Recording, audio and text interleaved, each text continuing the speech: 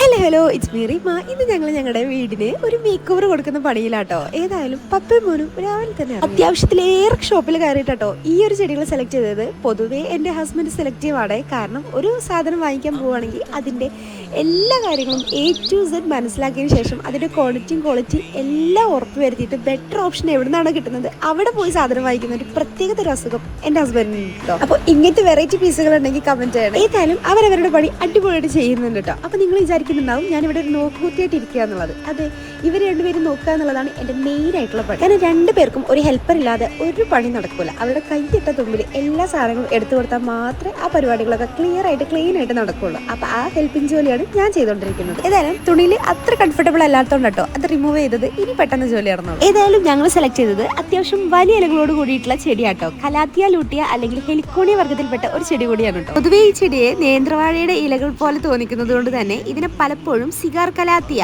അല്ലെങ്കിൽ Cuban cigar എന്നൊക്കെ വിളിക്കാറുണ്ട്. ഏതായാലും ഈ ചെടി കണ്ടപ്പോ ഉമ്മ ആദ്യം പറഞ്ഞത് ഇച്ചിരി പൂക്കളുള്ള ചെടി സെലക്ട് ചെയ്യായിരുന്നു എന്നുള്ളതാണ്. ഏതായാലും ഇപ്പൊ ട്രെൻഡ് ഇതാണല്ലേ. അപ്പൊ എന്നെ പോലെ ഇങ്ങനെയുള്ള ചെടികൾ ഇഷ്ടമുള്ളവരുണ്ടെങ്കിൽ കമന്റ് ചെയ്യും. അങ്ങനെ പപ്പയും മോനും ലാസ്റ്റ് സ്റ്റേജിലേക്ക് എത്തിയിട്ടുണ്ട് കേട്ടോ. അല്ലൂസ് അവൻ അവൻ്റെതായിട്ടുള്ള എക്യുപ്മെന്റ്സ് എടുത്തിട്ട് പപ്പനെ ഹെൽപ്പ് ചെയ്യുന്നുണ്ട് കേട്ടോ. അപ്പൊ ഇനി കുറച്ചുകൂടെ അറേഞ്ച്മെന്റ്സ് കൂടെ ഉണ്ട്. അപ്പൊ ഇന്നത്രേ ഉള്ളൂ. For the next video. By.